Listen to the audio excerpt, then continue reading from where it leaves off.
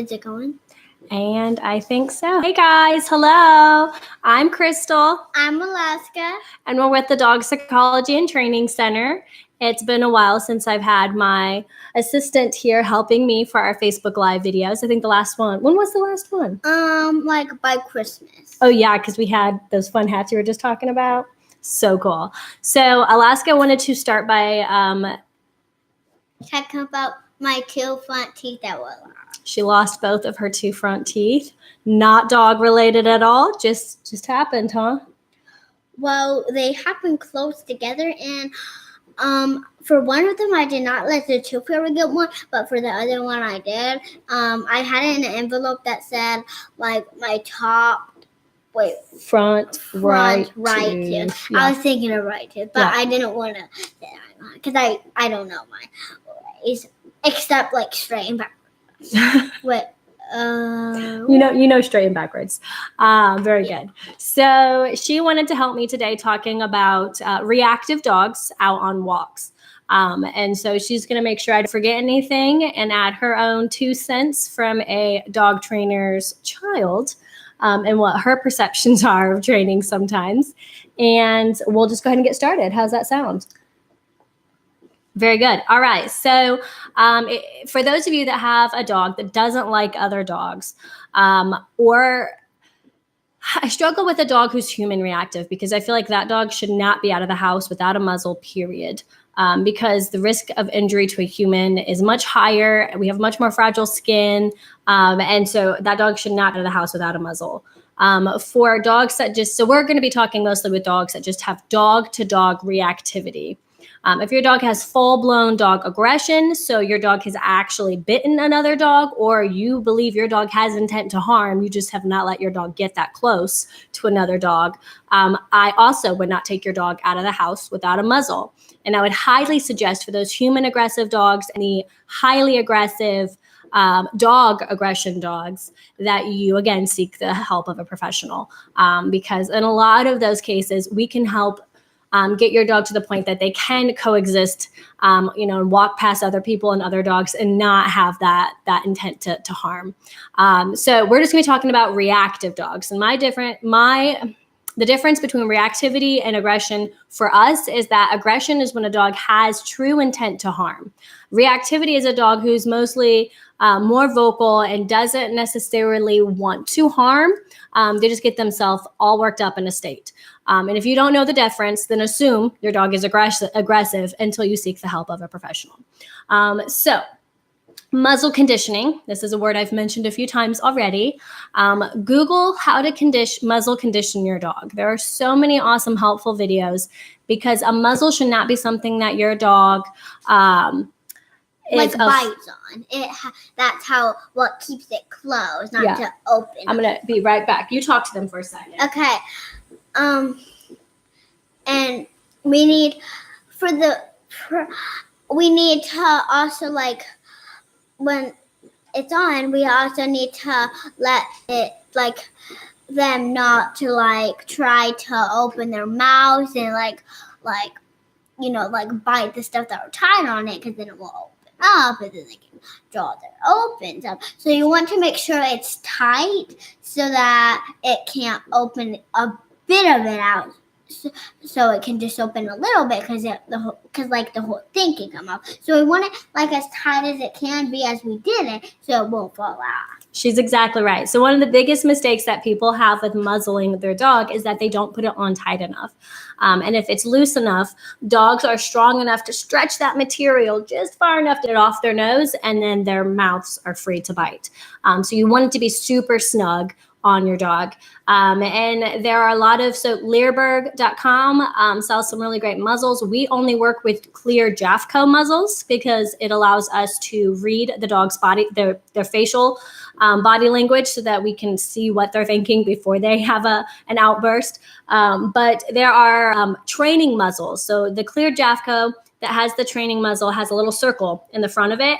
And that's so that you can have a treat in the palm of your hand, put the muzzle over it because it's got a hole, and then let the dog put their nose in to get the treat. So that's muzzle conditioning. I don't want to say it's a longer process, but it does take some time, and you have to be patient with it because, again, you don't want your muzzle to shut your dog down. And that's what happens with a lot of dogs. They just slap this muzzle on the dog. The dog's like, oh my gosh, I don't know what this is. And they're not their true self. That's not what we want. To me, that's mean and it's abusive because the dog is in a terrified mental state, not healthy. We want to muzzle condition your dog so they can relax and live with that muzzle on. So be able to freely drink water, to be able to take treats, but be safe to be around public. So great point about keeping it super tight. So if you have to muzzle condition your dog, please just Google muzzle conditioning dogs, and you'll have a lot of great resources for that. So leash reactivity. When should you take your dog out?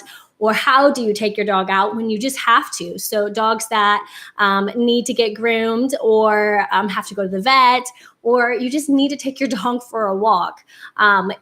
Again, if your dog is absolutely not safe to the public, don't take them out. But for dogs that are leash reactive, there are a few steps that you can take before you get them to that point.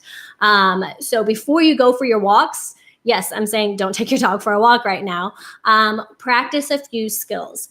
Really, really important is a loose leash walk. A loose leash walk is a leash that has a clear dip in the leash. So some people will say it has like a J or, a nice bend to the leash. If the leash is at all straight, that's not a loose leash. Even if your dog's not pulling you down the street, if that leash is straight from your hand to your dog, it is a tight leash. So you want that dog to be you want the leash attached to your dog to be super loose so that it has that nice bend to the leash. Do you have something you want to add to that? Well, when you put the leash on, make sure it's not in the wrong place so it cannot fall off the dog's head or something. You want to make sure the collar's snug? Yeah, so that it's not accidentally on their chin or somewhere up there so that it can just slide off. Yep. Again, we have some dogs that we see that have their collars way too loose, and it's so easy for those dogs to just slip right out. So yes, make sure your dog does a loose leash walk and has a tight collar. A collar you should only be able to slip 2 fingers through, just 2. If you can slip your whole hand under it, it's way too loose. So just 2 fingers pretty snugly, but you should be able to get them through. And that's a proper fit for your dog. So a loose leash walk. The second thing I want you guys to practice before you go out into public with your dog is sit with distractions. We here at the Dog Psychology and Training Center don't say sit, stay. Stay for us is a completely different command. For us, sit is an implied stay. When we say sit, the dog holds that command. Keep sitting, keep sitting, keep sitting until we give them permission to break. That's how I want you to teach this command to your dog. So you don't have to keep talking to them to remind them they're in a sit. Just say it once and they will hold it until you give them permission to break. So sit with distractions. Start with something really small, something easy in your own living room, having your dog sit and walking circles. Do that until you can master that and your dog's like, this is boring. Great. Move on to something a little bit harder, like maybe dropping your dog's toys as they're supposed to be holding a sit. And if they try to get up, no sit, bring them right back to that same spot, have them resume that command, and then continue dropping your toys. And you're going to slowly build up what we call the distraction ladder until you can get this to the point where your dog is holding a sit and you have somebody knocking on your front door and opening it and your dog's still holding a sit. That's when I feel like you can safely start to walk your dog in public. So that if you see another dog in the distance, you can take your dog off the path, have your dog hold that sit. That dog can walk by safely, and then you can resume your walk with your once reactive dog. And also, once you're doing that, make sure your dog does. Well, if they're coming in your house and your dog does not have a leash on, make sure it's closed enough for your dog not just run right out. Make sure you put on a leash if it's opening and tie it on something before the dog runs out. That's a great point. So before you answer the door, when you're practicing your sit command, you should always have a leash on your dog with that leash in your hand, even though you're practicing inside of your house, so that you can, 1, hold your dog accountable to the command that you gave them, but 2, to make sure your dog doesn't slip out that front door, because that could be dangerous. Great point, Because Alaska. it could run on the road and then get run over by a car, and then the person will go looking all around. It might call the police because they cannot find the dog, and that's real emergency because that's a part of the child. It is. That's a very great point. I like that. Yep. So practicing a loose leash walk, practicing a sit command, a solid sit command. And then speak up for your dog. So even when you are in public, even though your dog hasn't had an outburst in a really long time, your dog was once reactive. So be an advocate for your dog. Speak up for your dog. If you see somebody's dog pulling right at you guys, they're like, my dog's friendly. Tell them, mine isn't. Mine doesn't like other dogs. Mine's afraid of other dogs. Whatever you need to say, stop. Don't come any closer. Just speak up. Practice at home in your living room. It sounds really stupid, but when you rehearse this over and over again, you'll get more confident to actually do it in public. And this is something that I've role played with our families that have come to us for training because we don't want to say no. We don't want to be that person. But for your dog's safety, for your safety, for the other dog's safety, for your dog's mental well-being, you must speak up for your dog and say, hi, no, you know what? Now's not a good time. We're training, so maybe next time. And then you didn't really actually have to say no, because that can be a really hard word to say, but you at least said, stop, not right now, maybe next time, right? And so they can move on. And again, you never let your dog be in that situation where they have to be reactive or aggressive because now this dog's all up in their face and they don't like it. So those are our 3 major steps. So loose leash walk, solid sit command with high distractions, and speaking up for your dog. Also for the speaking up for the dog, also like don't really like lie and then another person says they're telling the truth when you don't know. Like say, I don't know what they're saying, or like don't say something that might not be true. You have to say if you really know it's true. Even if you know that person, even if you know that person's good, we can all still make bad choices. Even in dogs that are like 100 or like 18. That's right. Adults that are 100 or 18 can make bad choices when it comes to dog and dog etiquette and social etiquette with dogs. So speak up for your dog. Even if they say their dog is friendly, it's okay to say, hey, my dog doesn't really like other dogs. So or like it's not being good right now because like maybe it's getting hyper or something like hyper, that. Yeah. That's a big word for me, but You did a great job. I think they got the point across. So worst case scenario, though, if you don't feel comfortable with your dog, if you question your dog keeping other dogs safe in public, put a muzzle on them. Muzzle condition them so that you can exercise your dog. You can go to the vet. You can go to the groomers. And you have peace of mind knowing that if something was to happen, it'll be fine. Your dog's muzzled. Everybody will be safe. Just keep the muzzle tight. And also, once you have the muzzle on, also make sure, like, if anybody's buying like kids, make sure you get it away from the kids before it pulls out to try to chase the kids when you're not doing it, because it can also an accident bite you when it was meant to like get the kids, because dogs are very, very, very like.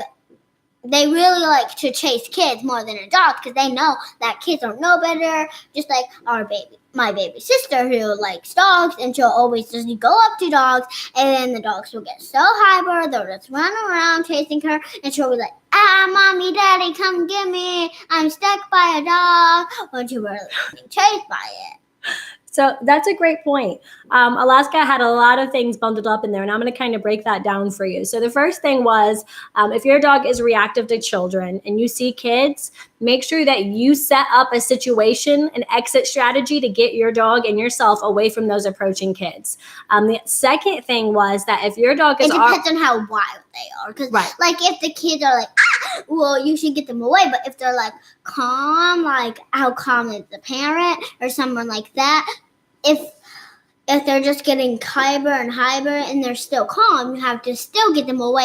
And if they're like so calm, like calmer than you, so much calmer than you, you may be able to do it. Mm-hmm. So make sure you have that exit strategy to tell those kids stop and to get your dog away. The second thing that Alaska mentioned was what we call displaced aggression, which means the dog might be trying to snap or bite at another kid or maybe another dog, and you just happen to be in their way, and they're going to accidentally bite you. It's not that they had intent to bite exactly you. They were just already biting, and you just happened to be there.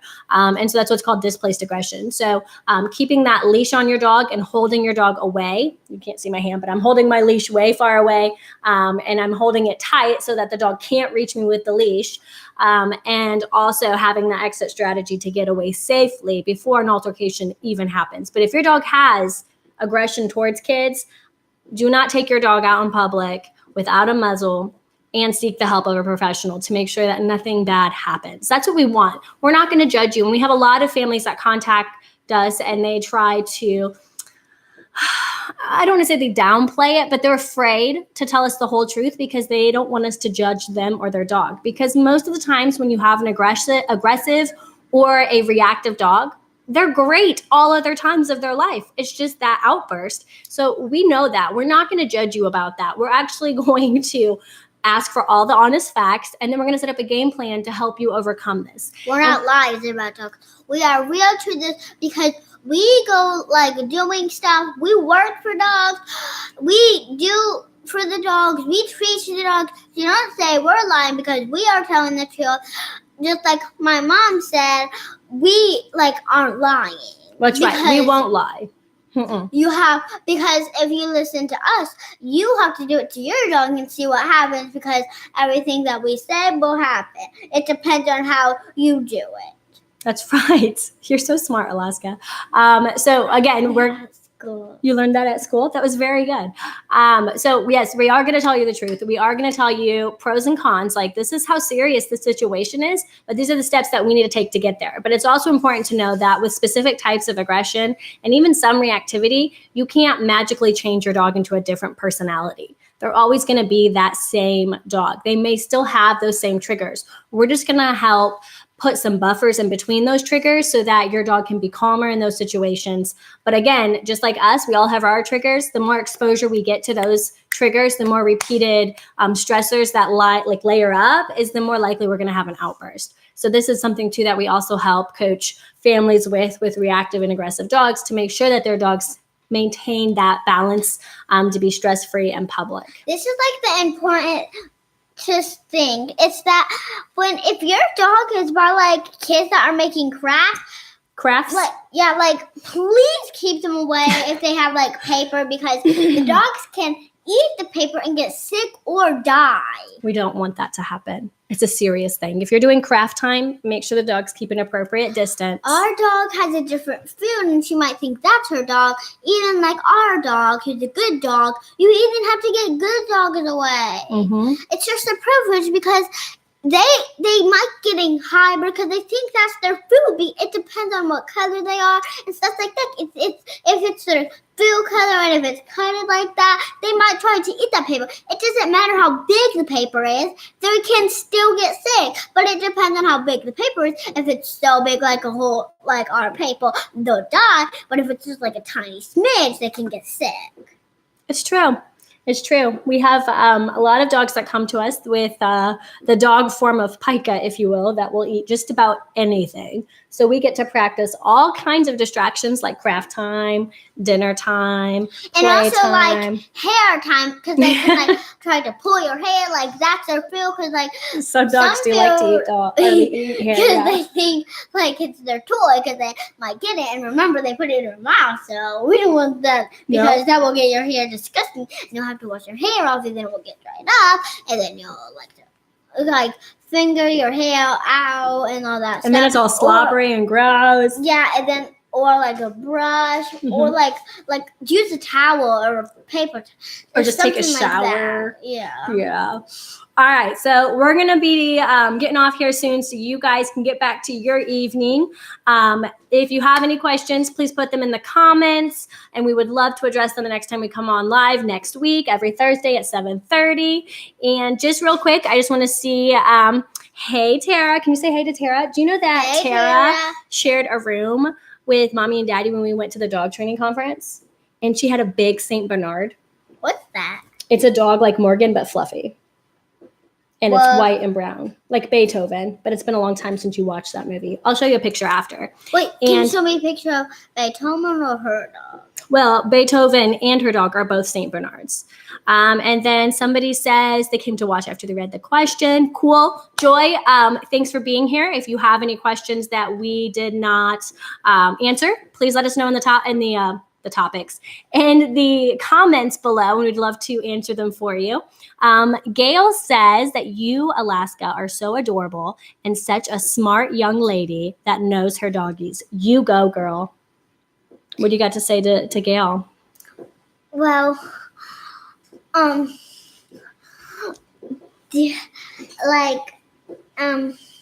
make sure you look at the camera so we can see you. My brother is like the size of our dog. It's like the size who is laying, but also if its feet were down, he would like be at the size of our dog, which is like the size of your dog. He is. Gail's not the lady with the Saint Bernard. Gail's a different lady. Gail is the one that says that you're so smart. You're a smart young lady, and she said, "You go, girl." So, what do you got to say to her? Thank you. I thank you, and my brother wants to be smart, but he never really is smart because he always tells stuff that's not true, like this. Hey, I shot a snake in my theater class. For like his person. Well, let's not talk negative about our brother on Facebook Live. We all have our moments where we do things we're not proud of. But thank you, Gail. We also think Alaska is very smart. And she said she loves your name as well. What do you got to say about that? Thank you. Thank you. Thank you. And let's see. Tanya said this is amazing. We think so too. And hello, Tanya. Elizabeth, you haven't seen Elizabeth since you were 2? Like 2. Yeah, when we lived in Indiana. Actually, I think she was at your 3rd birthday. She said you've gotten so big. So I'm already 6. Sorry. She's already 6. Sorry. So I'm a grown up. I know. We miss you, Elizabeth. It's been a long time. She got you the doggy blanket that you still sleep with in your bed. Oh my gosh. Yeah. So I don't cool. sleep with it, but I have it in my bed. That's the only thing I can sleep with because I always remember that because I love like doggies too. But I love kitties more, but like I love doggies too. Yep. All right. Let's tell everybody goodbye. Thanks for joining us, guys. Bye. We'll see you next week. Who else watched that? Who else watched us?